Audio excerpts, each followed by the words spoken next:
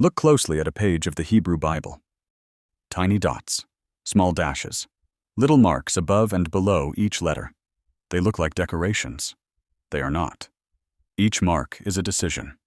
Each one carries 1,000 years of memory. And for most of history, none of them were there. The Hebrew Bible was once only consonants, no vowels, no punctuation, no marks at all.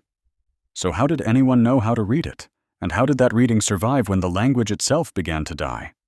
This is the story of the men who saved it. We call them the Masoretes. Ancient Hebrew was written with consonants alone. The reader supplied the vowels from memory. This sounds simple. It was not. Take 3 Hebrew letters, Shin, Mem, Resh.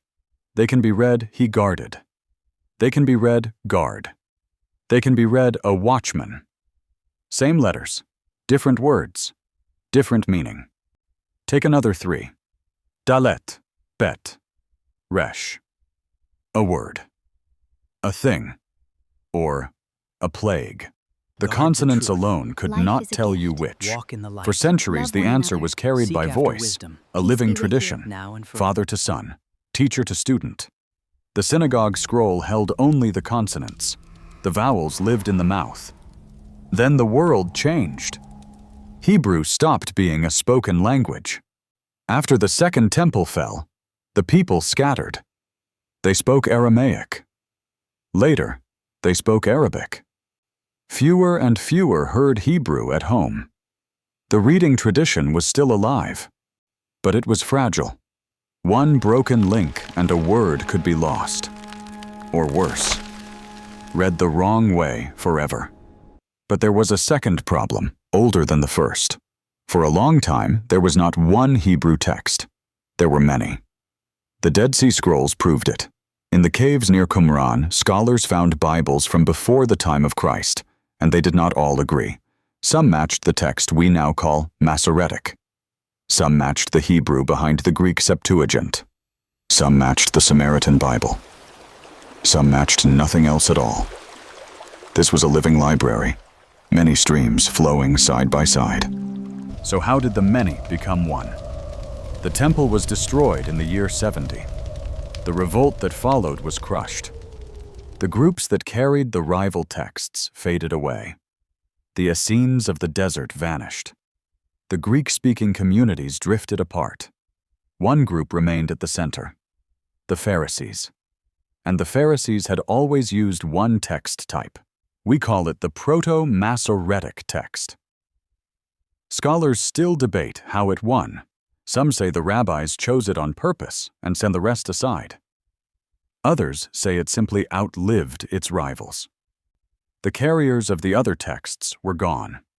Only this stream kept flowing inside Judaism. By the early 2nd century, the consonants were fixed, locked, word for word.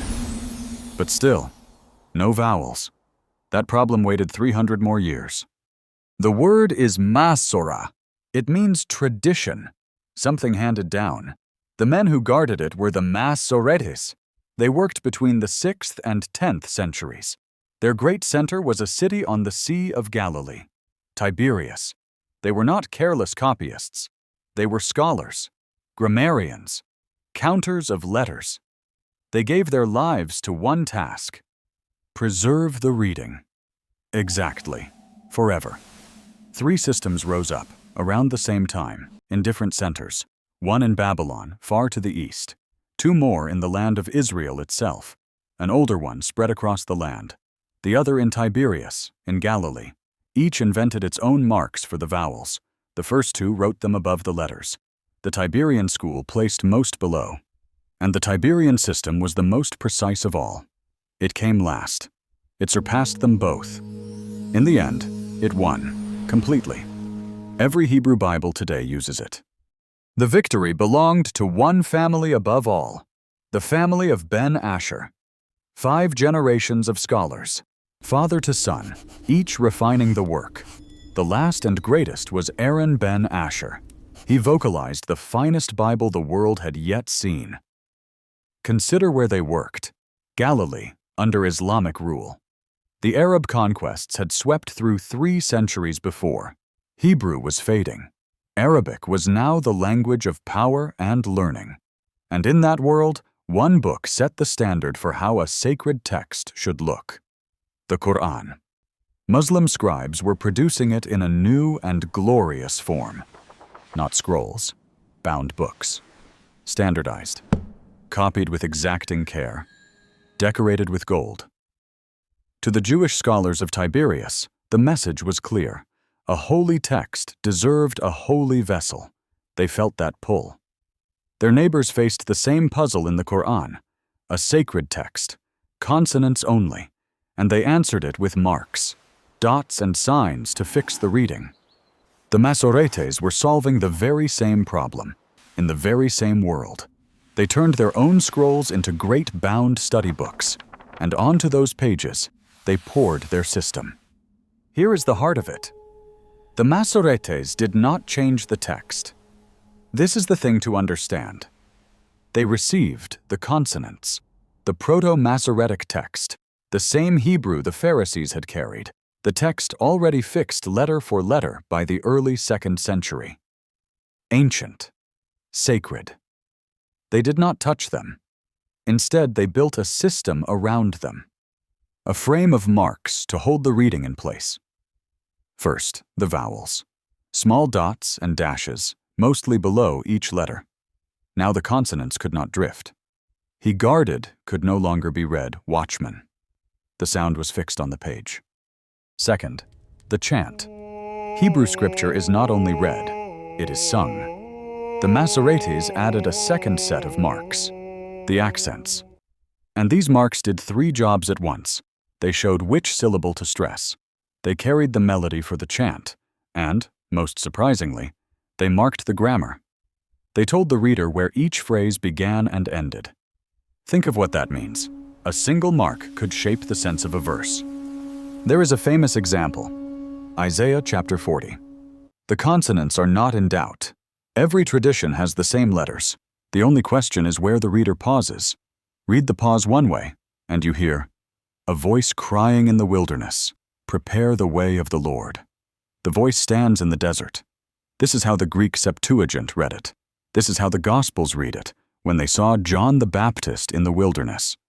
Read the pause one word later, and you hear, "A voice cries out, in the wilderness, prepare the way of the Lord." Now the wilderness is where the road is built.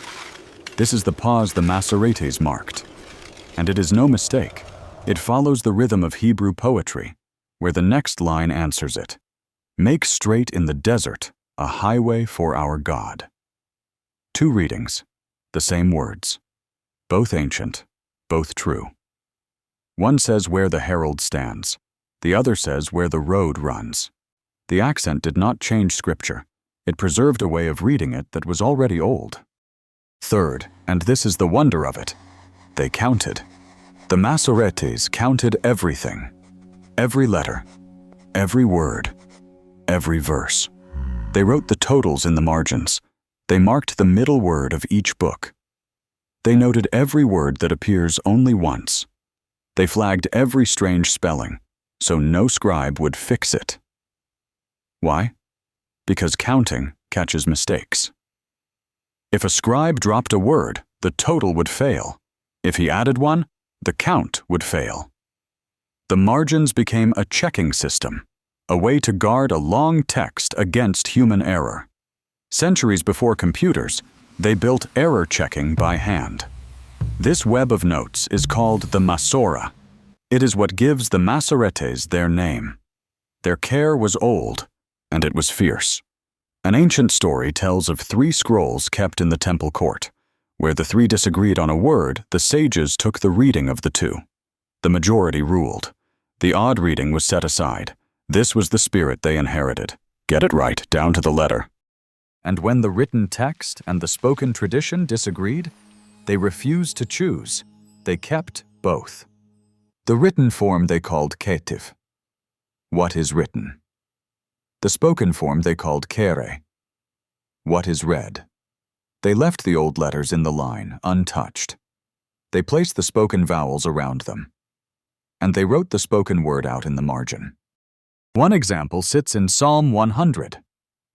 The written letters say, "He made us, and not we ourselves." The margin says, "He made us, and we are His." One small spelling, two beautiful readings. The Masoretes did not pick one. They preserved both. And the clearest case is the holiest, the name of God. 4 letters. The Masoretes kept all 4 letters in the text, but they pointed them to be read as Lord.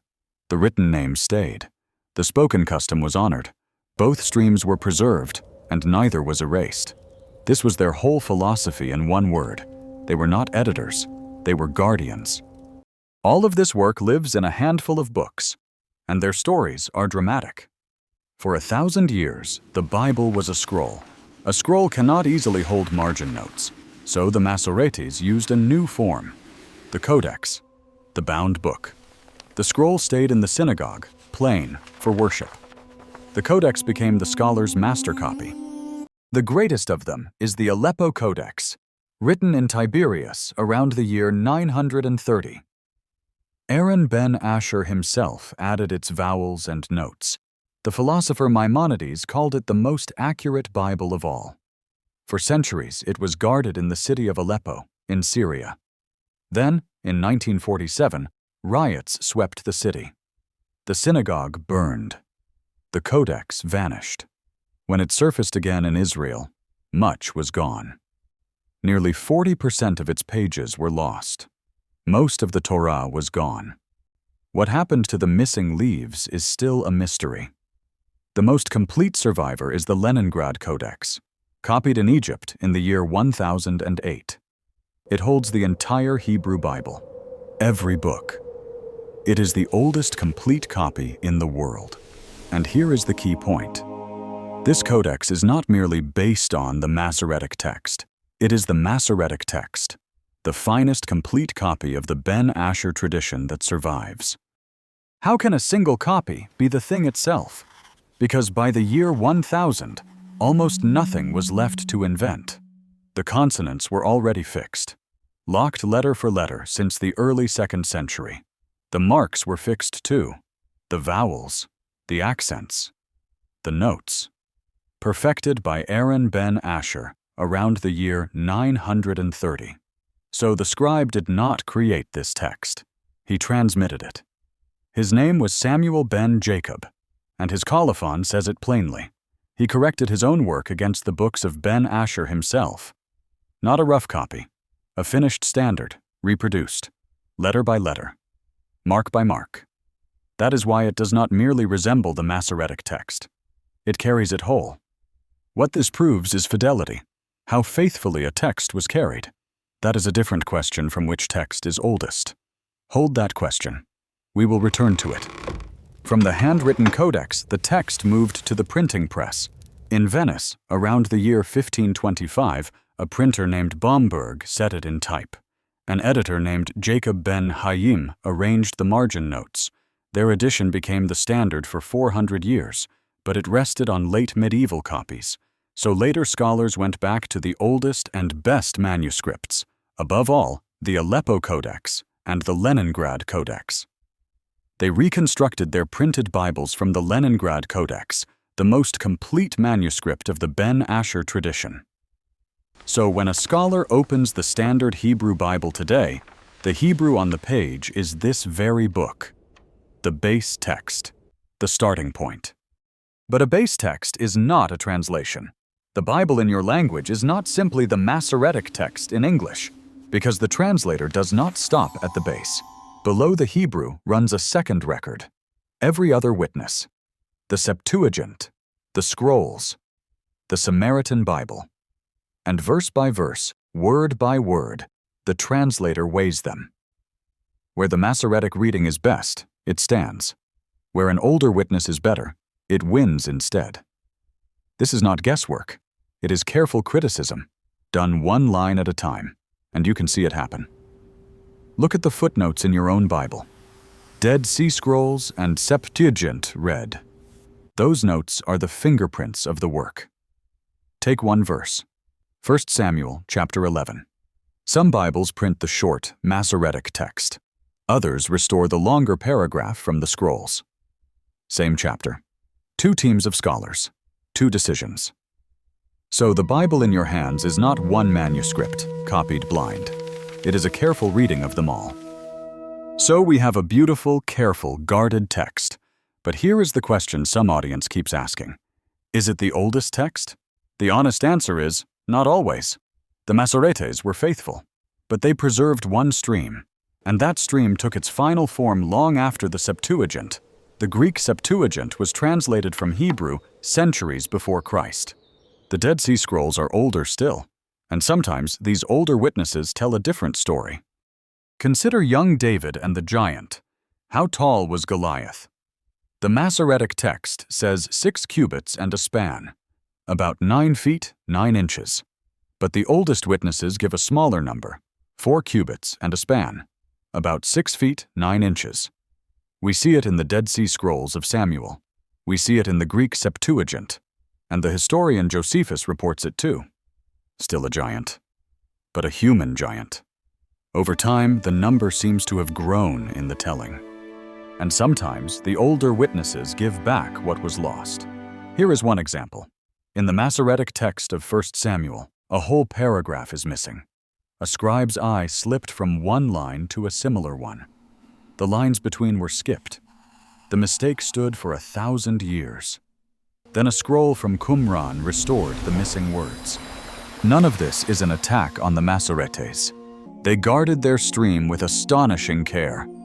We owe them the vowels, the chant, the very shape of the words. But faithful copying is not the same as being first. You can copy a later edition perfectly. And the Masoretes, at times, did exactly that. The fairest scholars say it plainly. Neither text holds every original reading. Sometimes the Masoretic text is older and better. Sometimes the Septuagint and the scrolls preserve what was lost. The truth must be weighed, verse by verse. So return to that page, the tiny dots, the small dashes, the marks above and below. Now you know what they are. They are 1,000 years of devotion. They are a reading tradition, rescued from silence. They are the work of men who refuse to change one letter. Men who would rather count 1,000,000 letters than lose a single one. The Masoretes did not give us the first Bible. They gave us a faithfully guarded one, and they teach us something about the Word of God. It was not kept by one hand, in one place, at one time. Many streams came down, the Greek of Alexandria, the scrolls of the desert, and the careful margins of Tiberias. God preserved His Word through all of them. Our task is to listen to them all. In the caves by the Dead Sea lies the oldest witness of all. That is where we go next.